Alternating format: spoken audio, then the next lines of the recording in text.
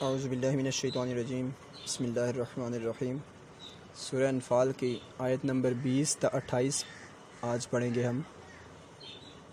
اس سے پرانے لیکچرز کو سننے کے لیے چینل کو سبسکرائب کریں تاکہ آپ کو تمام لیکچر آسانی سے مل سکیں۔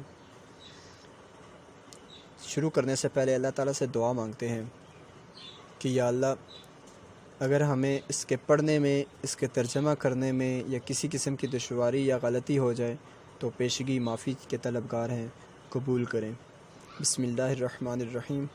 یا ایہا الذین آمنوا، اے لوگو ایمان والو، اطیعوا اللہ، اطاعت کرو اللہ کی، و رسولہ، اور اس کے رسول کی، ولا تولوا، اور نہ روگردانی کرو، نہ پھر جاؤ، عنہ اس سے، وانتم تسمعون، اگر تم سنتے ہو، تم سن رہے ہو کہ اس کی روگردانی نہیں کرنی۔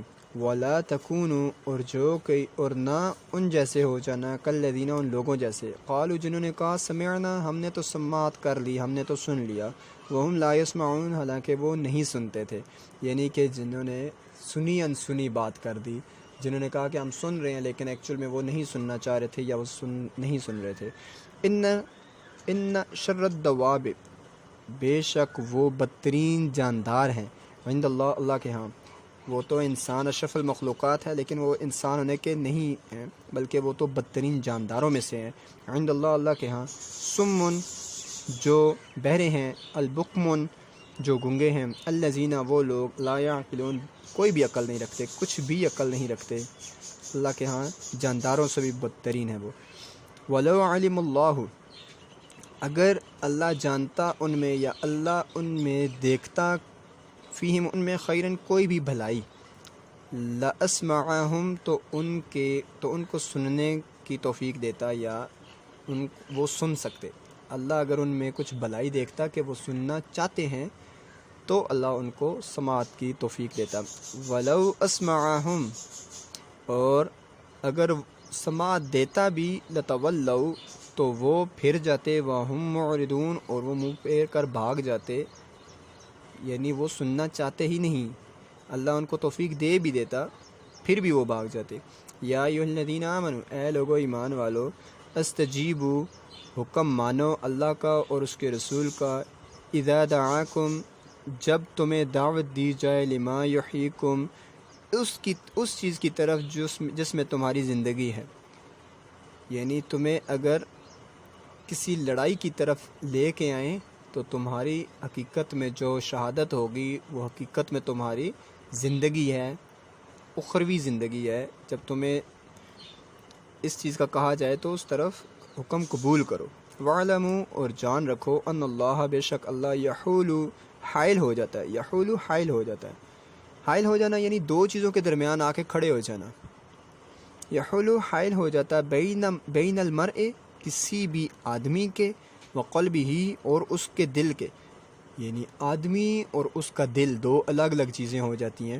آدمی کے اندر دل ہوتا ہے لیکن اللہ اس دل اور آدمی کے درمیان حائل ہو جاتا ہے۔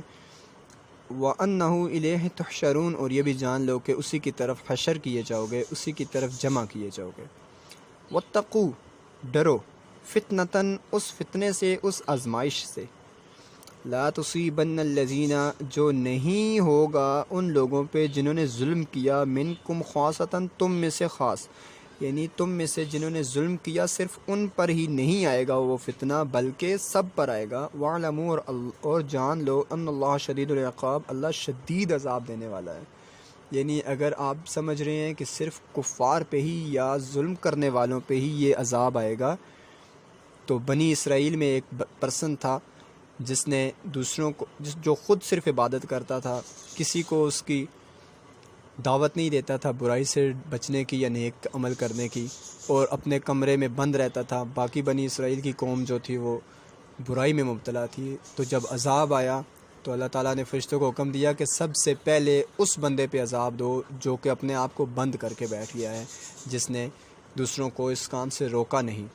تو اللہ تعالیٰ کہتے ہیں کہ ڈرو اس فتنے سے جو کہ صرف ظالموں کے لیے ہی نہیں آئے گا بلکہ سب پہ آنے کے چانسز ہیں۔ وَاعْلَمُوا، اور جان رکھو، ان اللہ شدید العقاب، بے شک اللہ سخت عذاب دینے والا ہے۔ وَاذْكُرُوا، اور ذکر کرو، اذ انتم ذکر کرو یا یاد کرو، اذ انتم جب تم تھے، قلیل قلیل تھوڑے سے، جب تم بہت تھوڑے سے تھے، مستضعفون فی الارض زمین پر بہت کمزور تھے، بہت تھوڑے سے۔ مستضعفون ضعیف سے نکلا ہے، ضعیف اصل میں کمزور ہو جاتا ہے انسان، جب بوڑھا ہو جاتا ہے ضعیف ہو جاتا ہے تو کمزور ہو جاتا ہے، اس کی طاقت نہیں رہتی۔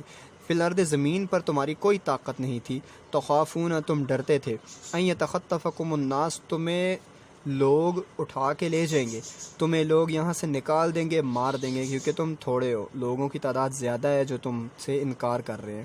فآواکم پس ہم نے تمہاری مدد کی، ہم نے تمہاری سن لی، وأیدکم بنصرہ تمہاری مدد کی ہم نے، ورزقکم تمہیں رزق دیا، من الطیبات پاک صاف رزق دیا، لعلکم تشکرون تاکہ تم شکر ادا کر سکو۔